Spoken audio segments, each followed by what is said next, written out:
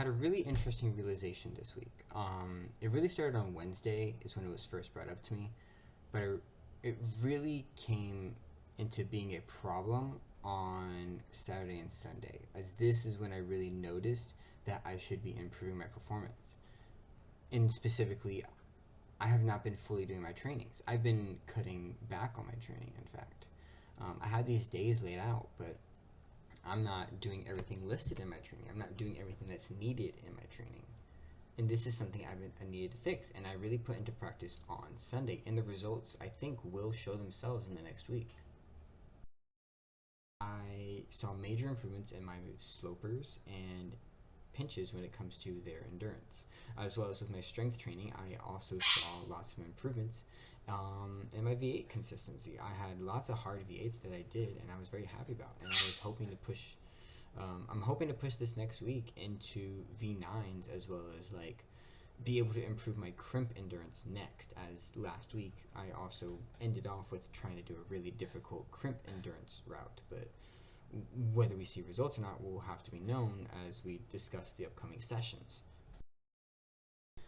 The first session I want to talk about really was the one on Friday, which I really had to come to terms with the fact that I was both under pushing myself and overdoing everything.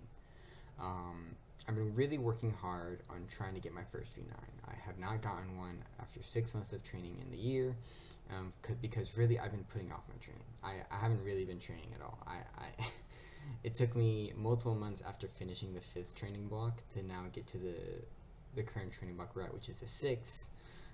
There was just a major break from like 3 months, and it was very sad to see. So right now my eager goal this month, or was this month, now that it's coming to an end, was to get my first V9. I wanted to get it before 6 months came by, because that would lead to my yearly goal of getting a V10 this year. But unfortunately, I have to put this to bed. I have to let go of this dream, this goal, because when I came into the training session on Friday, I've been working on this one V9 where I did all the moves but one, which is the initial one, the jump.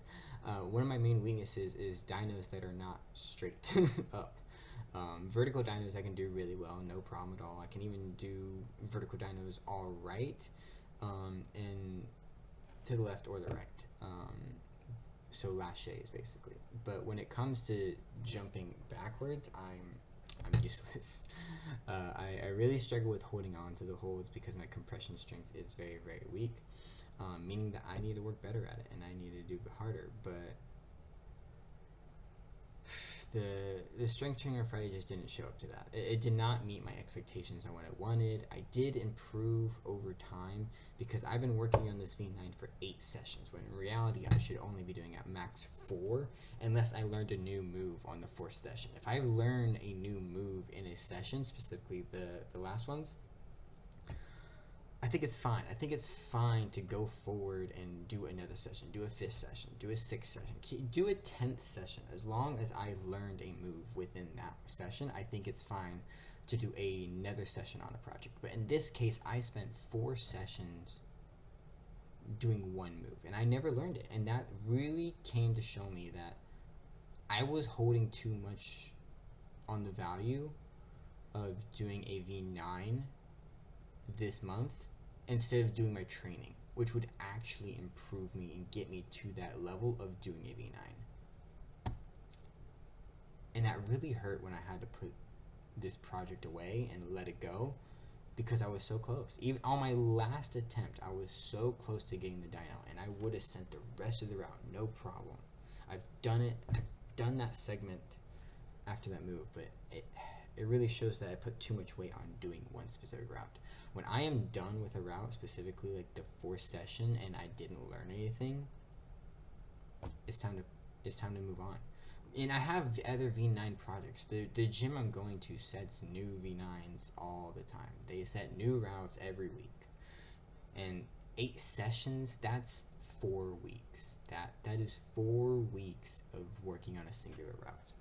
I don't need to be working on one route for a whole month. That's way too much. I could be learning so many other moves and so many other styles, or something easier, an easier version of a vertical jump. if I wasn't doing that. And that honestly, that session taught me a lot and put me back into reality of not setting expectations on completing a climb and instead setting expectations on learning moves. Because that's the whole point of the strength training, is to train myself to do individual moves on a route. And doing four sessions without any gains is just me trying to rep 225 on a bench press, but like never actually repping it, just constantly failing it. So at that point, it's much easier to do reps that I can do with a failure at the end.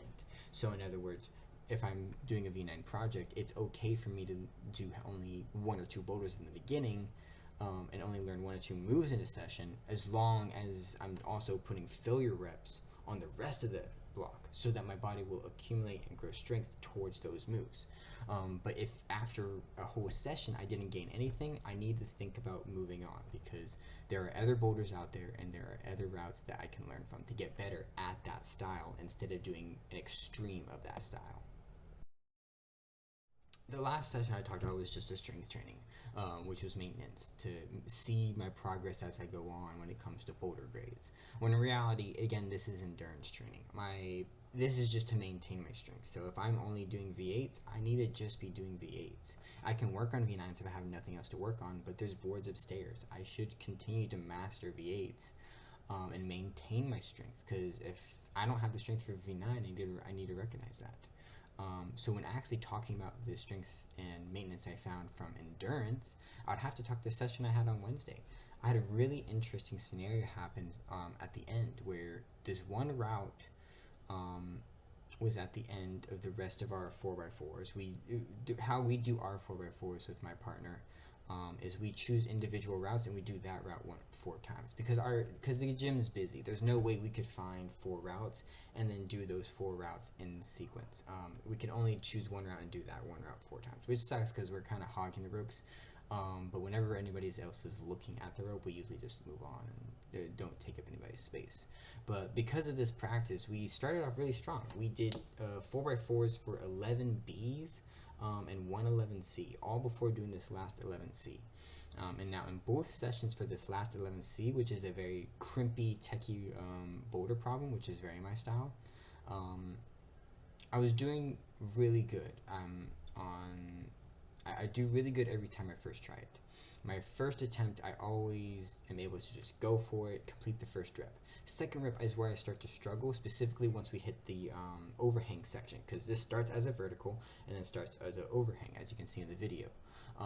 And right before I get to the overhang, I do have a rest spot. It's a really bad crimp, but it's good enough to where I feel fine and I don't feel like I'm losing too much strength when resting my arms on and off it, so it gives me a period.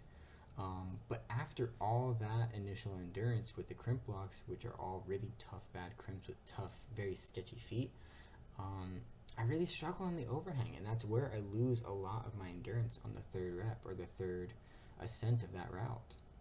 And the reason this bothered me is because in the first session, I only did it 2.5 times out of the 4x4s.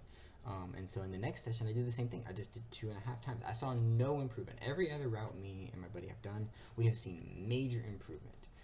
And we've been able to do, if we didn't do the 4x4 for it, we didn't ascend the route 4 times the last session, we ascended the 4 routes next session. So I was hoping it would at least be able to make it to 3 this time. Just to 3, just to get a half more, because I knew how difficult this one was. But when we only did it 2.5 times, I came down and I realized I didn't really see much improvement. What could I have done better? And then I had a discussion with this guy, as I might show in the video, might not. He started talking to me about how I didn't complete the 4x4. And it really took me off guard, because I've always been like under the impression that when I fail, that's my failure rep. I don't need to keep going. But he actually has a point that I didn't realize, because that wasn't my failure rep. I have 2 more reps to do. I have to complete that rep, which is the half I just did, as well as the next rep, the 4th ascent. I have to complete both of those. And you might say, what? How do you mean like you have to rest? And that is yes, I have to rest and not come down to the floor after failing. I need to complete the 4 reps of the weight or the ascent I am trying to do in order to get the skills and teach my body to recover quicker for this. Your body adjusts to the failure. If I'm not failing a lot or I'm not completing the capacity I am doing, either I need to complete all the reps or I need to lower the weight. So in this situation, I should have either completed another ascent and a half of this particular route, or I should have found an easier route to do an ascent and a half on, because that would complete the set. I should have done that. Because if I'm not doing that, I'm missing out on a lot of gains I could be receiving, because my body needs to adjust to these like major sessions I'm having, these very intense sessions. If my body's not adjusting to the whole session because I call it quits because I'm tired, my body's not ever going to adjust to doing the full session. Because not only did I not do that, I also didn't go do my endurance pull-ups afterwards. I neglected it and everything. Because what I'm supposed to do after I do the 4x4 is I'm supposed to do 4 sets of max pull-up reps, which I didn't even do. I was very ashamed of myself when looking back on it. So I really put that into practice on Sunday, because I performed the same thing on Saturday. I quit ahead while I was ahead on Saturday. And that's when I realized, if I'm struggling this much, that means I'm not going hard enough, or I'm not getting enough rest. It's one of the two. And I'm going to be honest, I get lots of rest. So I'm going to say I'm not pushing myself hard enough on these sessions. So on Sunday, today I did the same thing. I really pushed myself to do the entire session. I did all 5 minutes on the spray wall circuits, and we're going to see how those results come in, because I also did the 4 sets of pull-ups. I think the one thing I learned from these 2 sessions is that I easily get tired and choose to give up because I'm tired. And it's not because I'm a quitter, it's because I'm used to recognizing that maybe it's better to rest to improve for the next session, which is true when it comes to sending projects. But I'm not sending projects right now. I'm improving my endurance. And I think that was the main thing that is blocking me, that is I should be focused on improving things. Resting for recovery is totally valid, but I do get plenty of that. And not only that, I eat well. I have great recovery overall. I get sore sometimes, of course, but that's normal. You should get sore, and I'm not sore on the days I go to the gym. I rested well. And I think I need to stop holding myself back and being tired and saying that's good enough. When I'm tired, I need to rest for 5 minutes and then keep going. Because I'm only tired because I fell off the wall. I'm not tired because of the whole session yet. And I need to start to recognize that if I am tired, I should not call it quits. I need to push it to the entire session, as well as also recognize when I'm getting tired from just repeating the same thing that doesn't improve me overall. Because I had the opposite effect of being tired when it came to the V9 project I was working on. I got tired on doing the one move, but I said it's just because I need to rest more and I need to do better next week. It wasn't tiredness at all that related to that. I honestly should have just moved on and recognized that this is a technique problem, not a fatigue problem. I have the strength to do the move, I'm just not good at the move itself. Not because of strength, maybe a little bit due to compression strength for the upper body and the upper chest as well as the inner chest. But other than that, I might as well just go work on another project while I improve that over time, because improving that in 4 sessions to do one move, it's not going to come out well. Next week, I'm really going to focus on doing better in my sessions. It's not about seeing what gains I get from my sessions, it's about doing better in my sessions. I need to complete the entire sessions. For the strength training, I need to do the weighted pull-ups, because I have not been doing those. I've been getting so tired at the end of my strength training sessions that I've been at the gym for over 4 hours that I'm like, I'm just going to call it, I've done enough strength training. I have not. I need to do the weighted pull-ups, and I need to do that to improve my power and improve my strength so that I feel lighter on the wall. And I need to do the same thing for my endurance training. And my endurance training, I need to complete the entire session with the failure reps. If I don't complete a route, choose the easier route or rest and continue the route. And then I also need to do the endurance pull-ups afterwards, as well as my core. I haven't even talked about core, but I need to be doing more core. My core is very weak right now to where I want it to be.